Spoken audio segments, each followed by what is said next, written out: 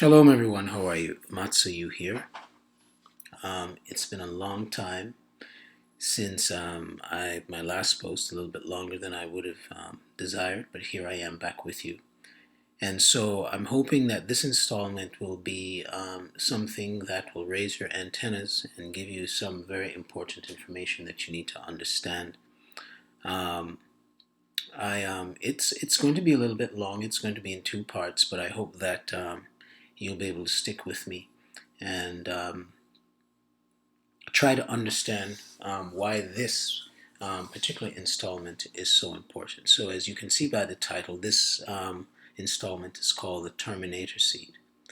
So, I have in the past warned about the dangers of GMO seeding. So, what we're going to do first is that we're going to look at Monsanto. We're going to look at the Monsanto history and timeline, right? Many of you have heard of Monsanto, but may not really understand the depth and the reach and the power of this company upon the earth when it comes to seeds and a host of other things that we'll get into at a later time, where they have reach and where they involve that impact everyone's life in a very dramatic way. So, 1901, pharmaceutical company agent John F. Queeny launches Monsanto to produce saccharin, an artificial sweetener then only manufactured in Germany. So many of you have heard of saccharin. Remember those little pink packets back in the 90s, and it's been marketed under various names. Save you calories, enjoy it, it's great for you. Would never have thought that this thing began to be pushed way back in 1901, right? Well over 100 years ago. 1907, the USDA investigates whether replacing saccharin with sugar violates the Pure Food and Drug Act, a consumer protection law. President Theodore Roosevelt, a saccharin consumer, objects to the investigation. So we see here powerful people in high places. In 1911, the USDA proclaims foods with saccharin adulterated, thus banning it except for use by medical patients who must avoid sugar. Why? Because why would medical patients who must avoid sugar not use saccharin? Because saccharin is actually about 10 to 15 times sweeter than sugar. But we get into that another time. 1914. World War I starts and sugar shortages prompt the government to lift saccharin restrictions. Of course, this is extremely convenient. In 1915, with caffeine and vanillin added to Monsanto's product line and Coca-Cola as a chief consumer, sales reach $1 million. Of course, in that time, that is a tremendous amount of money. 1917, Monsanto begins producing aspirin, becoming the top producer in the U.S., a title it held until the 1980s. 1928, Queeny passes on the company to his son, Edgar M. Queeny. Monsanto flourishes under the protection of high U.S. tariffs. So once again, we see here, powerful people in high places is helping the company to expand its reach quite early. 1933, expanding the company, renames itself the Monsanto Chemical Company. One of its products, styrene, will become critical to the U.S. during World War II. I'm sure many of you have heard of styrene, and we're going to look into it a bit later down the road in the next installment. 1964.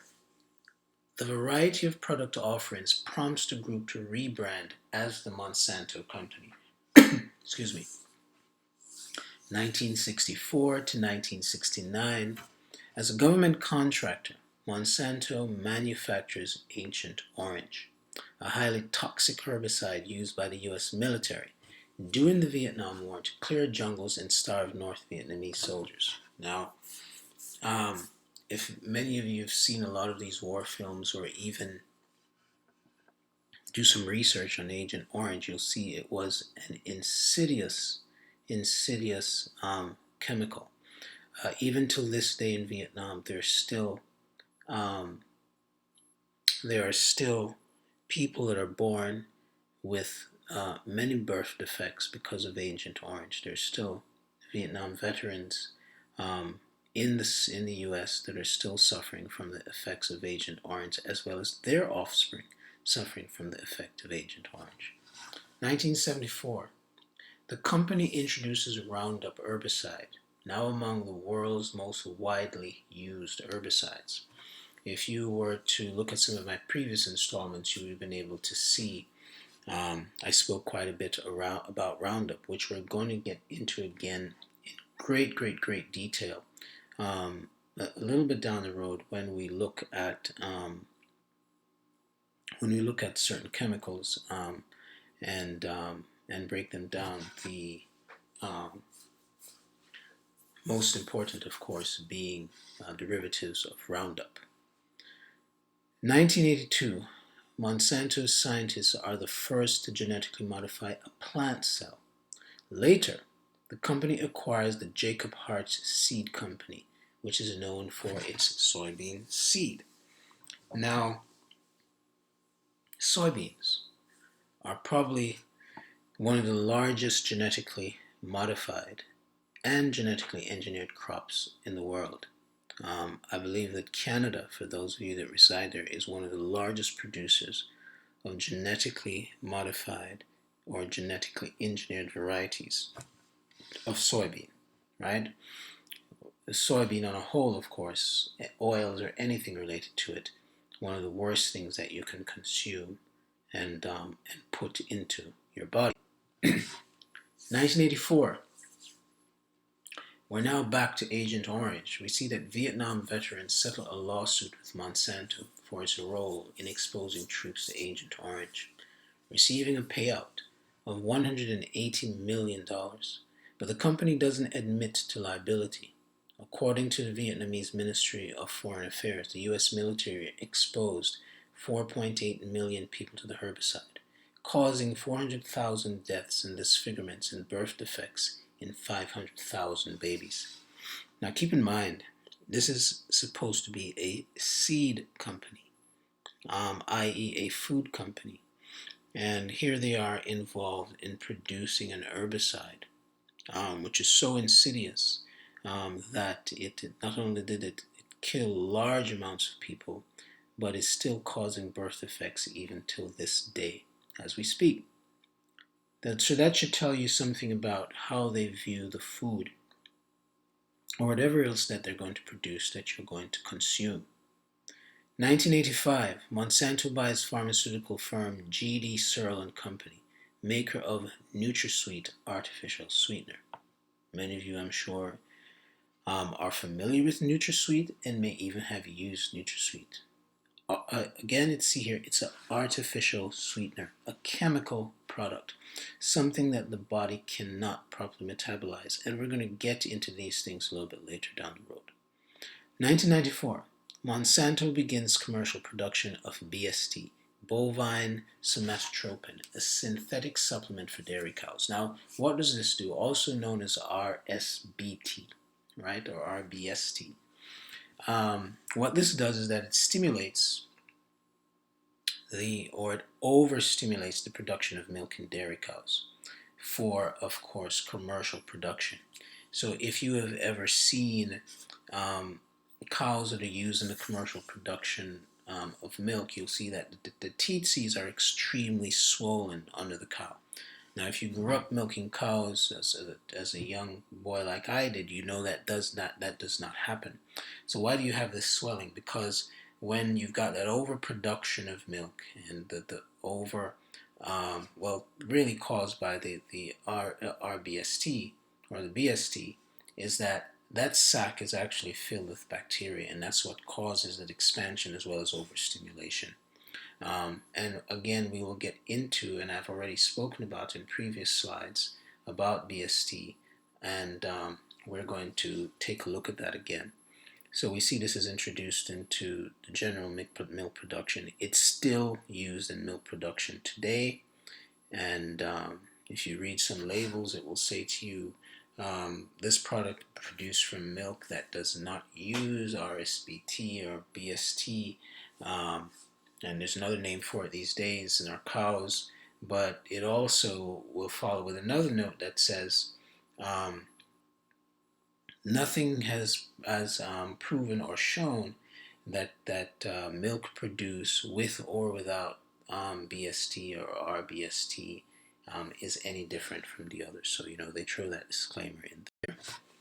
1996. It introduces Roundup Ready seeds, which Monsanto genetically engineered to tolerate its Roundup herbicide. Roundup Ready soybeans, corn, cotton, and other crops have since dominated every market in which they're sold. The company also signs contracts to license corn and soybean seeds from DeKalb Genetics and buys the cotton and biotech company Agricitas. Now let's look at how Roundup Ready seeds work, right? So they're genetically engineered to tolerate its Roundup herbicide, right? So let's define first what herbicides and pesticides are. So herbicides are for weeds, and pesticides are for insects that eat away at plants. Now, what I will tell you, which we'll touch on again a little bit later, is that whenever Roundup is used in soil, it also genetically modifies the soil composition itself, right? So therefore, when you go and you buy any seed that is not a Roundup Ready seed, it will not grow in that soil. Okay? All right. 1999. Under the leadership of lawyer and former urban affairs professor Robert Shapiro, former head of NutraSweet operations, the company spins off its chemical operations. Monsanto then commits to biotechnology with the official goal of helping people lead longer, healthier lives at costs that they and their nations can afford and without continued environmental degradation. Wow, it sounds so great. It's always what happens with these companies. They know what is best and they're seeking to extend your life and at the same time protect the environment. But remember Agent Orange. And by the way, it says here, under the leadership of lawyer and former urban affairs professor Robert Shapiro. This is the same Robert Shapiro of O.J. Simpson fame. He was one of the lawyers that defended O.J. Simpson when he was accused of, murdering his wife and the other fellow. 1999. After an $8 billion licensing and buying spree, Monsanto becomes the foremost producer of genetically modified crops. 2002. Monsanto becomes a publicly traded company. 2010. After a devastating earthquake, Haitian farmers reject GMO seeds donated by Monsanto. The National Peasant Movement of the Congress of Pepe calls the company's charity a very strong attack on small agriculture of farmers, on Creole seeds, and on what is left of our environment in Haiti. So we see here, out of crisis is opportunity. So the earthquake hits and they come in to try to introduce their seeds into the environment. Now keep in mind, the moment you take that seed is licensed to them, and you cannot do anything with that seed without their permission, or you are in deep trouble, right? But moreover, it just destroys the environment and pretty much destroys the ability of anything else to grow. 2011, the Public Patent Foundation, which consists of 60 farmers, seed businesses, and organic agricultural organizations, files a lawsuit challenging Monsanto's patents on genetically modified seed. In 2011, September of 2011, Monsanto collects $85,000 from Vernon Bowman, an Indiana soy farmer, for patent infringement. Now imagine this. This is the largest producer of genetically modified seeds in the world. It's now one of the largest companies of its kind. And they took a man and sued him. to collect $85,000 for what they said was patent infringement. Now, how easy it is for you to be charged with patent infringement from Monsanto? But look at it this way: a farmer, Joe next to you, is growing his Roundup Ready seeds or whatever genetically modified seeds from Monsanto, and that plant or somehow any of what is grown on that farm is migrated by the wind or anything onto your farm down the road, and you grow that crop and you sell it, you have committed patent infringement on Monsanto. 2012, a highly contested study finds that Roundup herbicide and genetically modified maize cause tumors and organ damage in rats. October 2012, a television spot opposing Proposition 37, California's genetically engineered food labeling initiative, is pulled. It features a research fellow from a conservative think tank, posing as a Stanford University professor and a founding director of the FDA Office of Technology. In November 2012, Proposition 37 is defeated in California. April 2013. Now here's a very important thing to see. President Obama signs the Monsanto Protection Act, which requires the USDA to approve genetically modified crops, even if courts have ruled against them, right?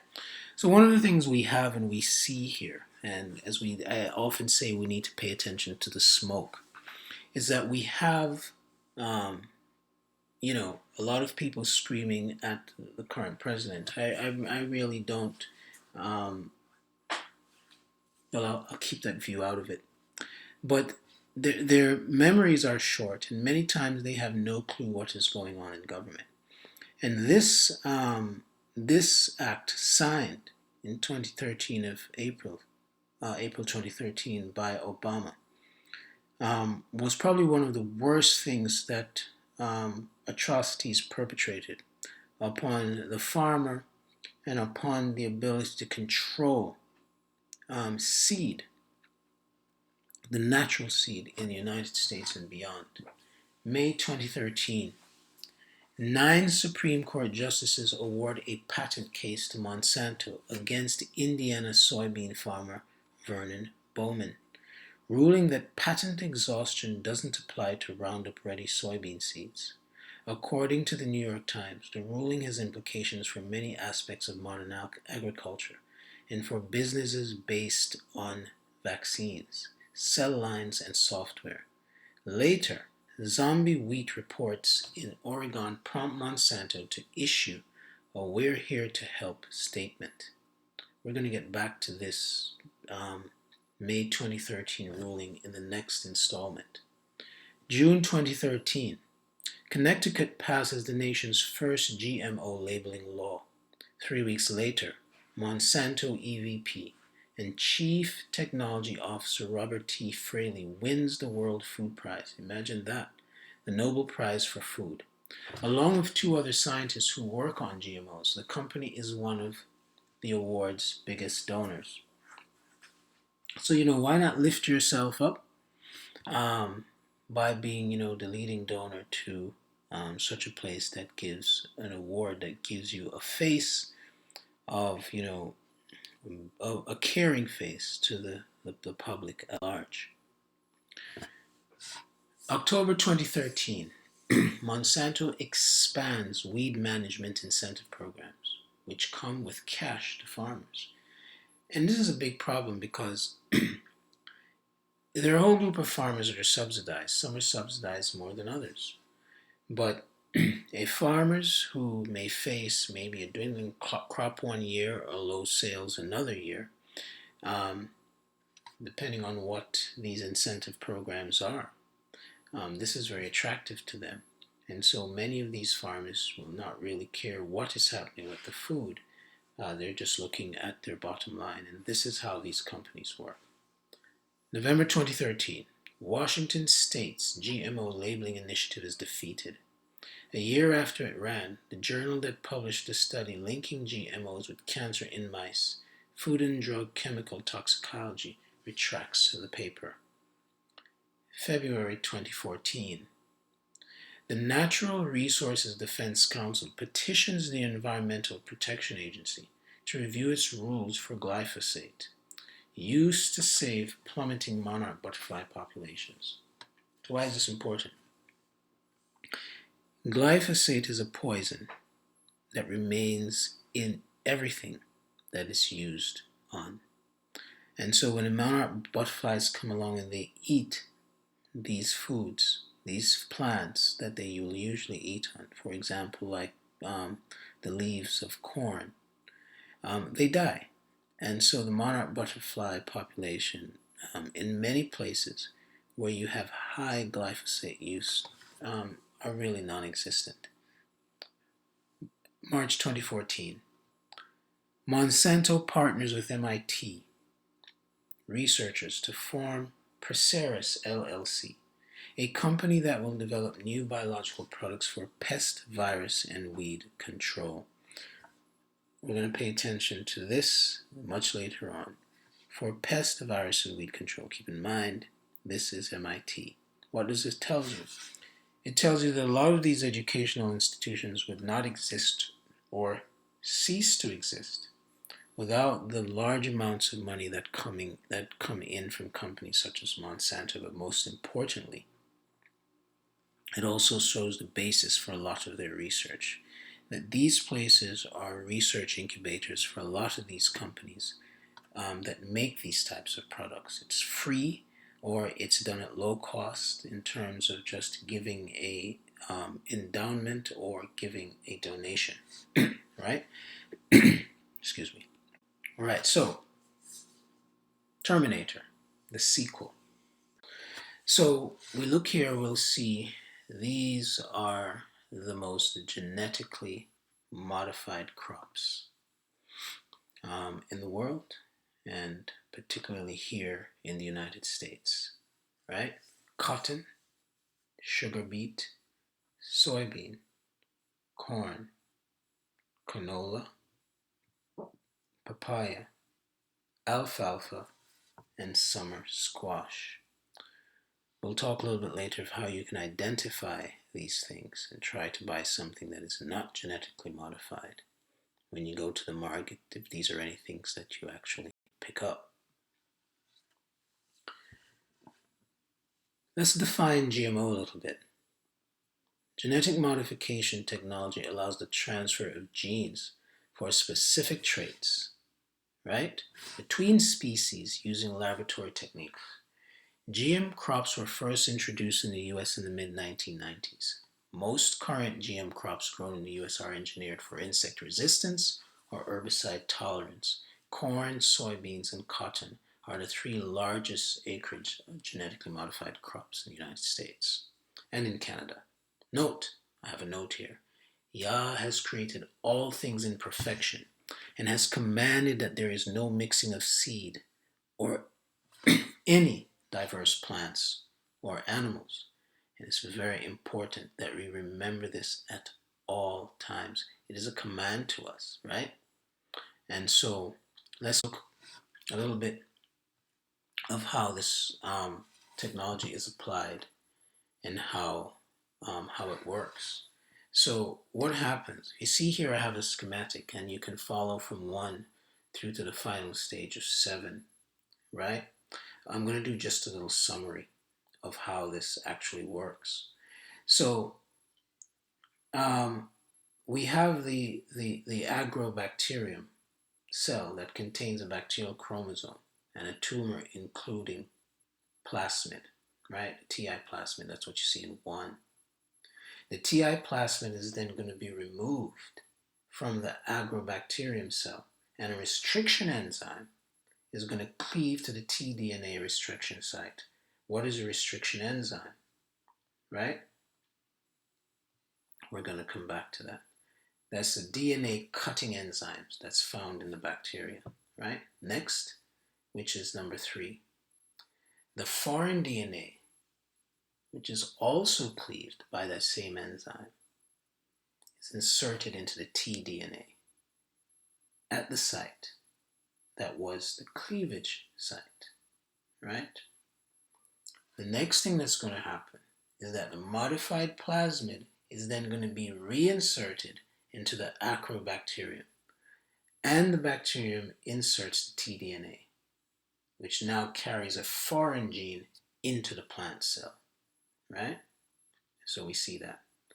And lastly, what is now going to happen is that the plant cell is then cultured, right? Which is what we see in 6, right?